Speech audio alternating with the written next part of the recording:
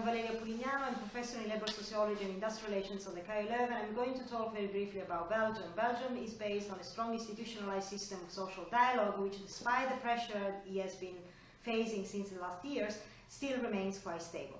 What about the HR practices and HR particularly kind of perception regarding employee representatives? Well, HR underlined three main points. The first point is that they would like to simplify the structures within which social dialogue, particularly at the company level, is embedded between employers and employees. They would like also to establish much higher coordination and communication with employee representatives. They basically recognize the fact that employee representatives, they have good ability and also good competencies, but they would like also to be engaged together with the trade unions in training probably them in order to create an informal context where dialogue can be enhanced, particularly in order to create a more innovative social dialogue for change in Belgium. I'm Hans-Jan Limborg from the Danish leg of the Neire Ii project. Denmark has a long, more than 100 years old tradition for social dialogue and central agreements on the labour market. However, the HR managers we interviewed raise a new voice that favour development rather than tradition.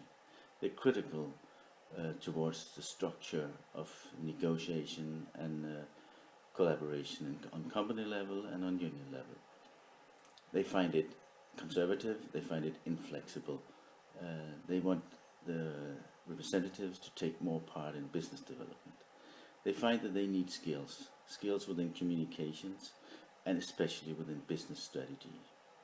They would request for the unions to train their representatives more thoroughly in issues like this, and they even consider whether the companies should take part of this training as well, maybe in joint collaboration with the unions.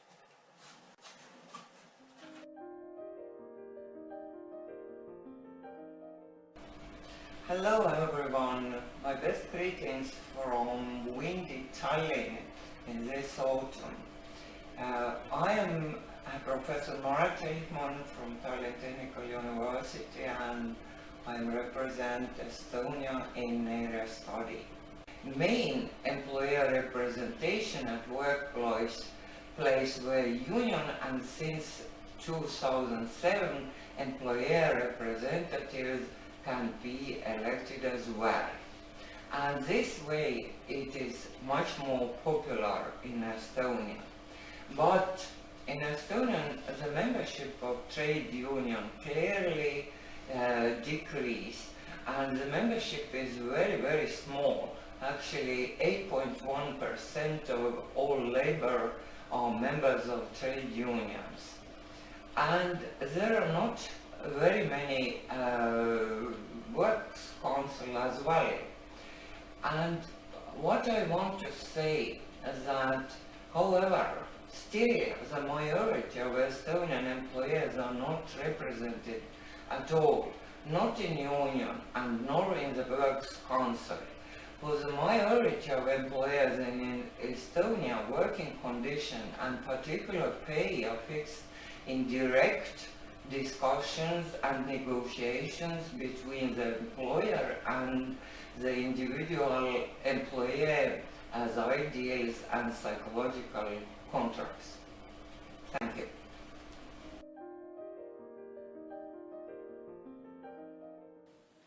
Good morning, my name is Michael Whittle from the Technical University in Munich, and also the coordinator into the study of social dialogue amongst German managers. German managers portray themselves as having a positive view of works councils. They see works councils as being the solution to problems rather than the cause of problems. For many years, the system of employee relations known as Model Deutschland has promoted social dialogue. Social dialogue can be interpreted here as being a commitment on both sides to managing conflict. Hence, both sides accept the relationship that they have to each other is a pluralist relationship. In turn, management also understands that the system, if it is to be sustained, requires the need for works council members to be kept up to date, namely their competence levels have to be kept up to date in line with business developments. Hence, management are committed on a daily basis to actually communicating with works councils to discern what the problems that they are faced with, but also discerning how they can improve their skill sets to sustain the system. Thank you very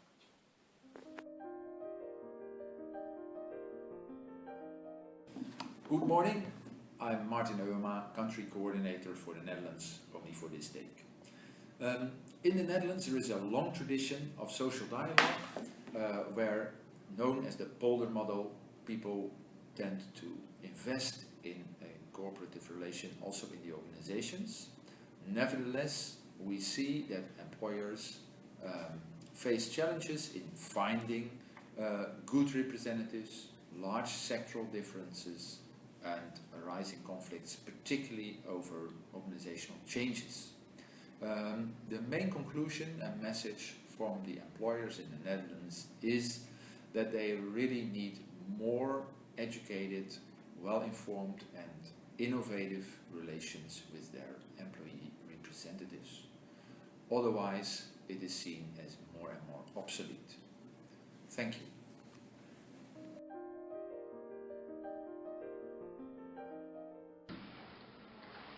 Good morning. I'm Barbara Kożusznik, Country Coordinator from Poland, from University of Silesia in Katowice. The most significant to create a social dialogue in Poland was the foundation of the independent, self-governing trade union, Solidarity. In August 80, the foundation of the Solidarity was a great step towards building a social dialogue in Poland and the big role of labor unions. That's why the employee representatives in Poland are mostly labor unions.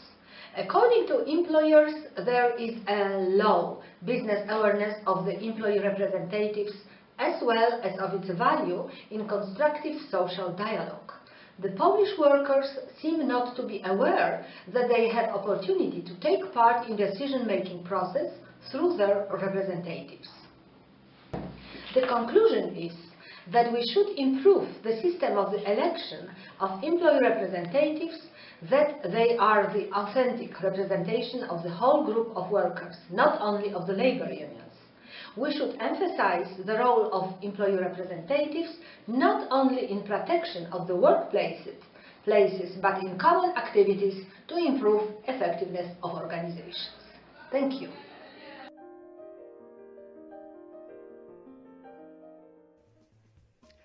I am Lourdes Munduate, Country Coordinator of Spain for this project. There is a key differential issue of the Spanish profile that has to do with the context of crisis and economic recession that the country is currently going through.